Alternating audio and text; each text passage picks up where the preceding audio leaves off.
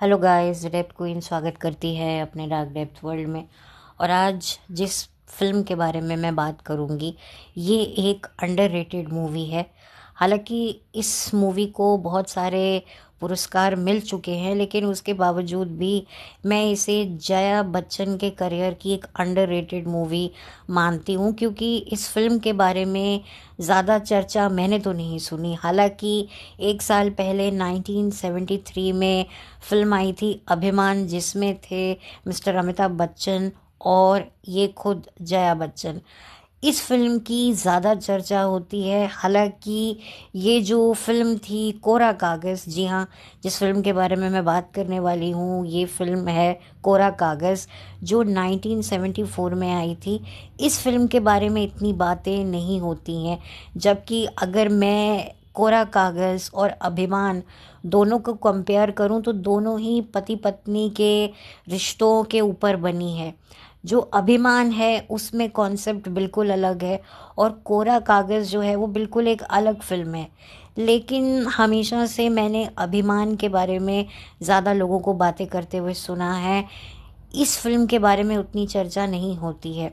हालांकि जो इस मूवी का टाइटल ट्रैक है जिसे किशोर कुमार साहब ने गाया है वो बहुत ही ज़्यादा टचिंग है, और आप लोगों ने कभी ना कभी रेडियो पर ये गाना सुना होगा या टीवी पर भी देखा होगा, मेरा जीवन कोरा कागज़ कोरा ही रह गया।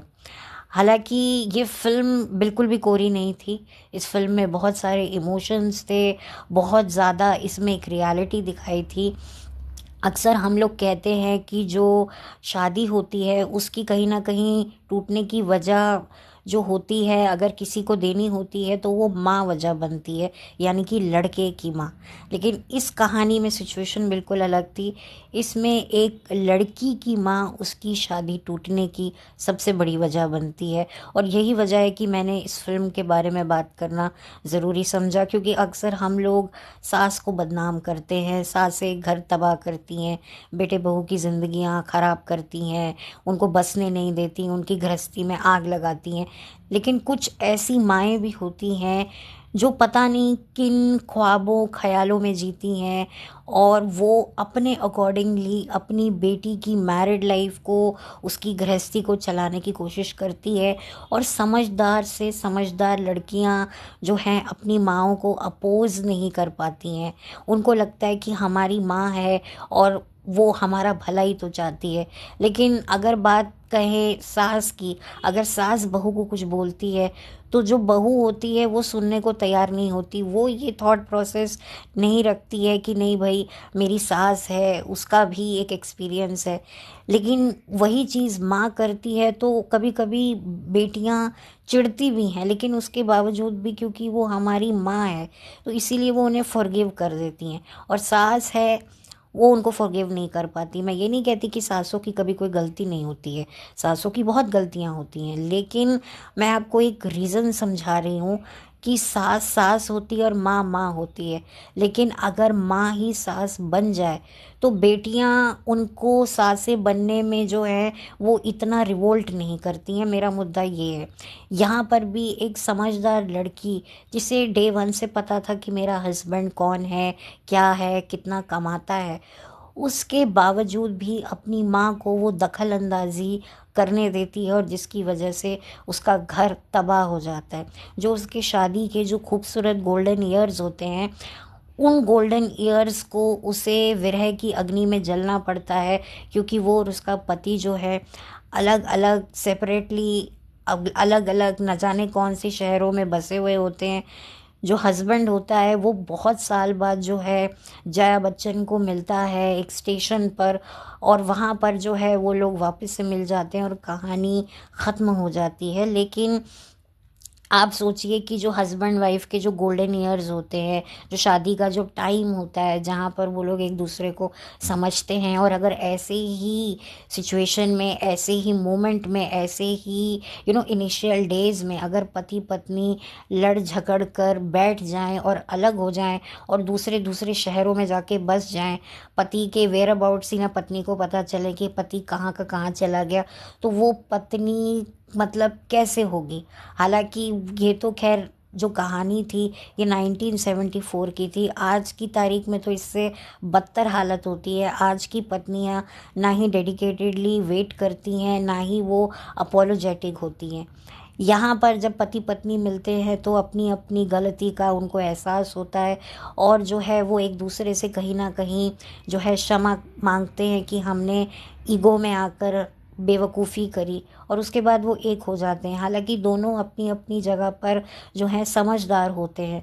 दोनों में से कोई बेवफा नहीं होता है या एक दूसरे से बिछड़ने के बाद भी बेवफाई के बारे में सोचा होता है, लेकिन महज ईगो, गलत फहमी, एक दूसरे के साथ lack of understanding, lack of patience की वजह से जो है इनका रिलेशनशिप ख़राब हो जाता है, जिसकी वजह से जो है इनके जीवन में इतना ज़्यादा तूफ़ान आ जाता है कि कहीं ना कहीं दोनों एक दूसरे से बिछड़ने के बाद भी एक अनचाहे गिल्ट के सहारे जी रहे होते हैं, एक आत्मग्लानि अपने दिल में रखकर जी रहे होते हैं, जिसकी ये कहानी होती है। और ये कहानी कहीं ना कहीं आप लोग अगर इस कहानी को देखेंगे तो ये आज के ज़माने की सच्चाई आपको दिखाई देगी, क्योंकि मुझे ऐसा लगता है कि आज जो मैरिजेस ब्रेक होती हैं उसमें लड़के वाले जितने इन्वॉल्व होते हैं उतनी लड़की वाले भी इन्वॉल्व रहते हैं। देखिए, मैं ये कभी नहीं कहती हूँ कि लड़की वालों को नहीं आना चाहिए लड़की की हेल्प के लिए। जब बहुत सिचुएशन क्रॉनिक हो जाए, पानी सर से ऊपर आपको लगे कि अगर अब हम नहीं बोलेंगे तो पानी जो है बिल्कुल सर से ऊपर निकल जाएगा और हमारे बच्चे की जान पर बनाएगी, तो डेफिनेटली बोलना चाहिए। लेकिन क्या होता है, कभी कभी हस्बैंड वाइफ के मसलों में जो उनके पर्सनल मसले होते हैं, बहुत डीप मसले होते हैं, उसमें भी लड़की के जो पेरेंट्स हैं वो कुदियाँ मार देते हैं। आई थिंक उन दोनों को एक टाइम देना चाहिए और दोनों के वर्जन सुनने चाहिए।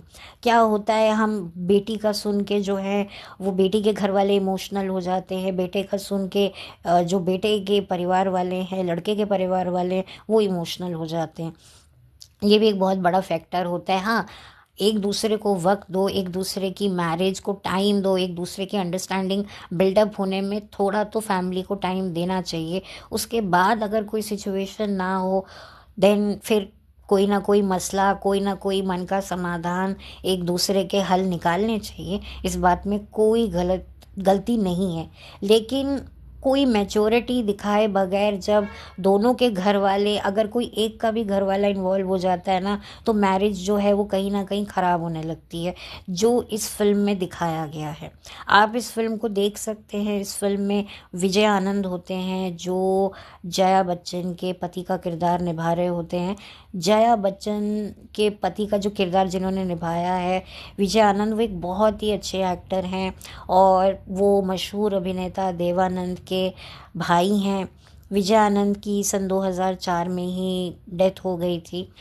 और इस फिल्म में जो हैं A.K. हंगल हैं जो जया बच्चन के पिता का रोल करते हैं, और जो उनकी माँ का किरदार निभाया है वो अचला सचदेव ने निभाया है। अचला सचदेव भी अपने दौर की एक चारित्र अभिनेत्री रही हैं और बड़ी मशहूर चारित्र अभिनेत्री रही हैं। और A.K.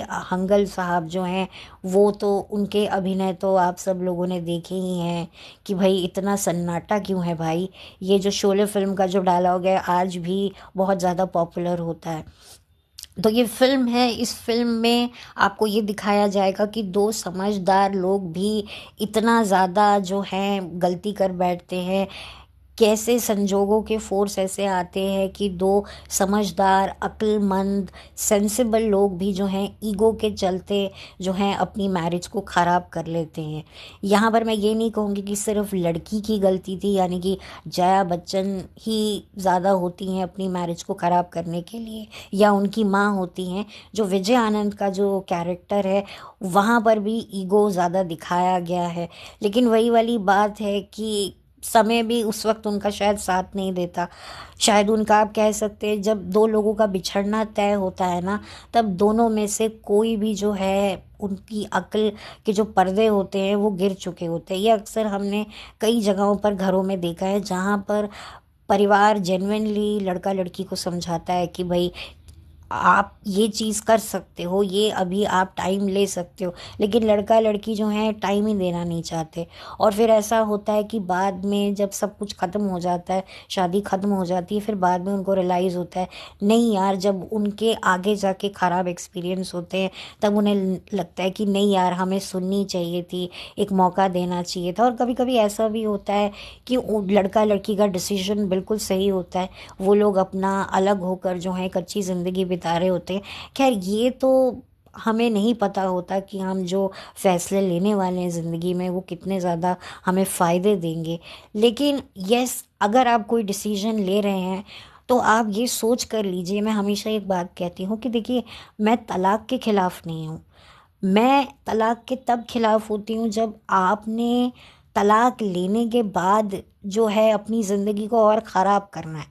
यानी कि आपने दोबारा रिलेशनशिप में जाना है, शादी करनी है, तो फिर मैं आपको कहूँगी कि भाई आप एक बार और सोच लीजिए। हाँ, कोई क्रॉनिक सिचुएशन है, बहुत ज़्यादा एक अब्यूज़िव मैरिज है, बहुत ज़्यादा धोखाधड़ी है, तो एक अलग बात है। लेकिन छोटी छोटी बातों पे जो आजकल तलाक हो रहे हैं, सेपरेशन हो रहे हैं, उनको भी पता है कि भाई हम दूसरी शादी कर लेंगे, इससे पीछा छुड़ाकर हम एक नया घर बना लेंगे। अगर आप ऐसी फीलिंग रखते हैं तो मैं आपको कहूँगी कि नहीं भाई, आप बहुत गलत सोच रहे हैं। आपको क्या पता आपको कैसा इंसान मिलने वाला है, और अगर हो सकता है कुछ वक्त तक वो भी आपको अच्छा लगेगा जैसे ये वाला आपको अच्छा लग रहा है या लग रही है। जैसे इसके रंग आपको धीरे धीरे पता चल रहे हैं, उसके भी पता चलेंगे, तो कहाँ जाओगे। और मैं आपको बता दूं, पहली शादी को तोड़ना जितना आसान होता है, दूसरी शादी को जेन्युइनली भी अगर आप दुखी हैं तो भी आपको उस शादी को छोड़ने से पहले हज़ारों करोड़ों बार सोचना पड़ता है कि दुनिया आपको जज करती है, नो मैटर आप कितने सच्चे हैं, कितने सच्चे हैं आप।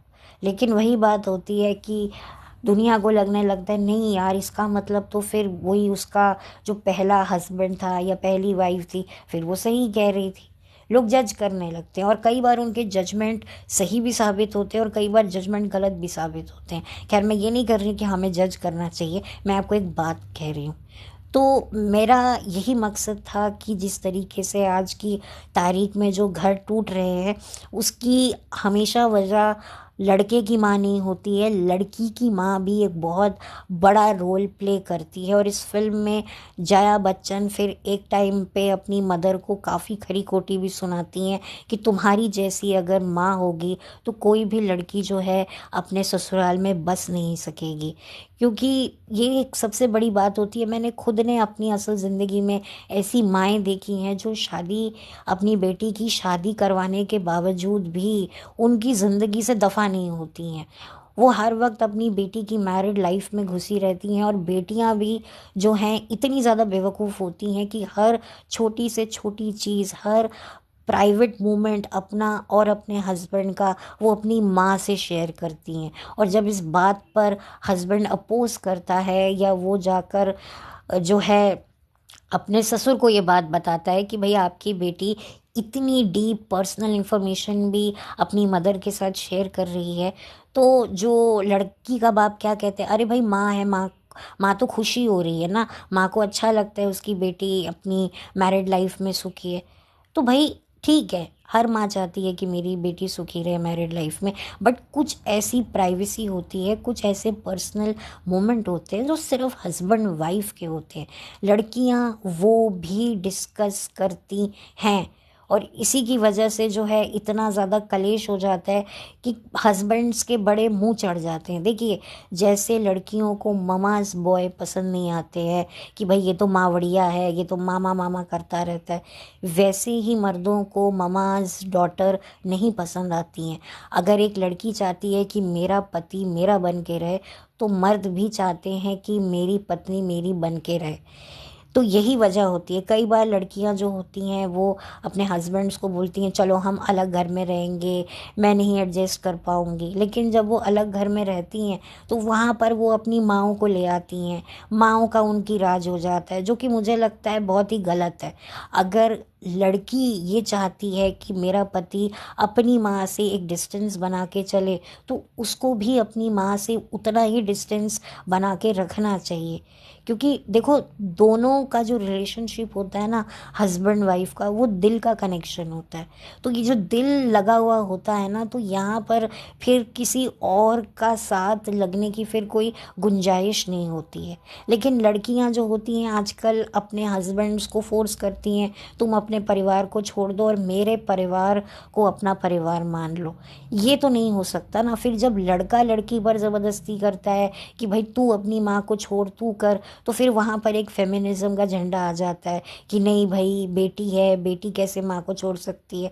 यहाँ पर ये मसला आ जाता है। और मैंने कई जगहों पर ऐसे उदाहरण देखे हैं जहाँ पर एक वक्त जो वाइफ होती है वो हस्बैंड को, लिटरली हस्बैंड को कोसती है कि जब देखो तो तुम माँ माँ करते रहते हो, तुम ये करते हो, वो करते हो। फिर एक ऐसा टाइम आता है कि जो औरतें होती हैं, वही बीवियाँ जो होती हैं, वो अपनी मैरिड लाइफ में अपनी खुद की माँ को ले आती हैं। तो ये भी एक बहुत बड़ी सच्चाई है जिसके बारे में मुझे लगता है बहुत कम लोग बात करते हैं, इनफैक्ट बात करते ही नहीं हैं।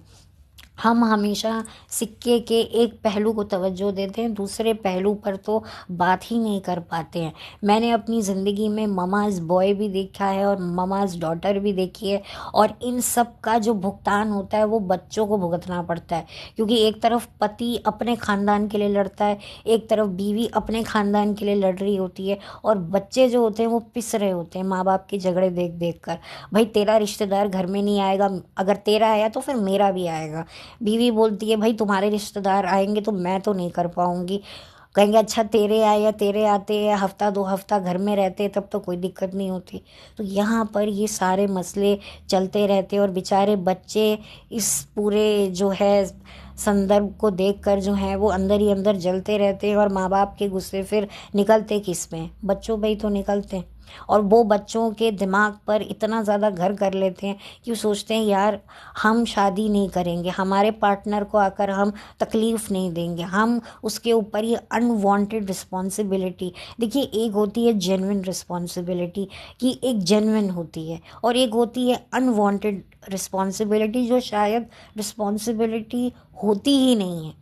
वो कहीं से भी रिस्पॉन्सिबिलिटी नहीं होती है, लेकिन उसको रिस्पॉन्सिबिलिटी बनाकर आपके सर पर डाल दिया जाता है। जैसे मैं अगर उदाहरण के तौर पे दूं, अगर आपके माता पिता या आपका कोई करीबी बीमार है तो उसकी तीमानदारी करना, उसकी सेवा करना, वो आपकी जेन्युइन रिस्पॉन्सिबिलिटी है।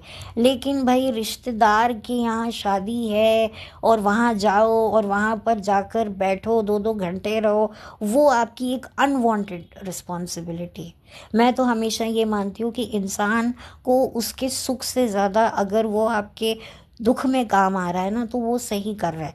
लोग एक्चुअली एक्सपेक्ट करते हैं कि भाई ये फलाना मेरी शादी पे नहीं आया, ये मेरे बेटे की शादी में नहीं आया, इससे बात नहीं करूँगा। लेकिन वो भूल जाते हैं कि जब मेरे घर में किसी की वक्त बेवक्त डेथ हो गई थी, तब इसी शख्स ने आकर जो है सब कुछ संभाला था। तो ये भी ऐसी सिचुएशन होती है। लेकिन मैं हमेशा इसमें बिलीव करती हूँ कि भाई आप किसी के सुख में साथ खड़े हो ना हो, लेकिन दुख में साथ खड़ा होना तो तय होता है।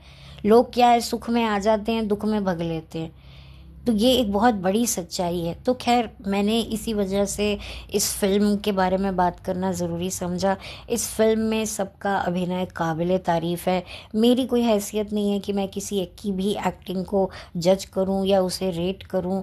मेरे पास इतनी हैसियत नहीं है, और मैं जानती हूँ कि जब आप लोग ये फ़िल्म देखेंगे तो डेफ़िनेटली आप लोग इस फिल्म को पसंद ज़रूर करेंगे। इस फिल्म को बनाया था अनिल गांगुली साहब ने। अनिल गांगुली साहब अपने वक्त के एक मशहूर निर्देशक रह चुके हैं, और इन दोनों के बच्चे आज की तारीख में जो हैं वो बॉलीवुड और एंटरटेनमेंट इंडस्ट्री में बहुत अच्छा कर रहे हैं। जिसमें से एक जो उनकी बेटी हैं रूपाली गांगुली, उनको आप अनुपमा में देखते हैं मेन लीड, और जो इनके बेटे हैं विजय गांगुली, वो एक जाने माने कोरियोग्राफर हैं। तो उन्होंने ये फिल्म बनाई थी, और इस फिल्म के लिए भी उन्हें पुरस्कार से सम्मानित किया गया था। तो ये बहुत ही एक अवार्ड विनिंग मूवी है। लेकिन अनफॉर्चुनेटली जो अभिमान है उस फिल्म को थोड़ी ज़्यादा तवज्जो मिलती है, क्योंकि उसमें रियल लाइफ कपल थे। तो इसकी वजह से जो है इस फिल्म के बारे में ज़्यादा चर्चा होती है, इसके कॉन्सेप्ट के बारे में चर्चा होती है।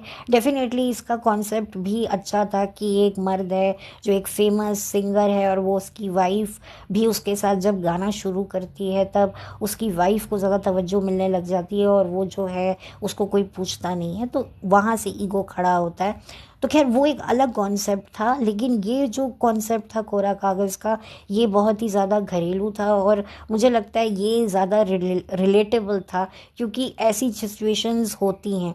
मैं ये नहीं कहती कि वो रिलेटेबल नहीं था, लेकिन अगर मैं इन दोनों में से किसी को अगर चुनूँ तो मैं कोरा कागज़ को पहले प्रेफरेंस दूंगी। तो खैर ये तो मेरा पॉइंट ऑफ व्यू था, तो आप लोग भी बताइएगा अगर आप लोगों ने ये फ़िल्म देखी है आपको कैसी लगी, और आपका क्या व्यू पॉइंट है। क्या आप जो है ये फ़िल्म देख चुके हैं या फ़िल्म देखना चाह रहे हैं? ये यूट्यूब पर बड़ी इजीली अवेलेबल है, आप देख सकते हैं। और अगर आप जया बच्चन के पुराने दिनों को देखना चाहते हैं, जब वो वाकई उनके पास एक अच्छे रोल हुआ करते थे, वो काफ़ी अच्छा काम, देखिए जया बच्चन जैसी भी हैं, जो भी उनके बारे में सुनने पढ़ने को मिलता है वो एक जगह पर है, पर अभिनेत्री वो अच्छी हैं, नेचुरल हैं, और इस बात में कोई निसंदेह नहीं है। और विजय आनंद ने तो आगे जाकर जो है टेलीविज़न पर एक बहुत अच्छी जो है पारी खेली। उनका डिटेक्टिव सीरियल तहकीकात 90s के दशक में काफ़ी फेमस हुआ था। मैंने शायद इसके बारे में भी अपने शुरुआती वीडियोज़ में बात की है, आप चाहें तो देख सकते हैं। तो चलती हूँ, लौट कर मिलती हूँ। Have a blessed day, bye, take care.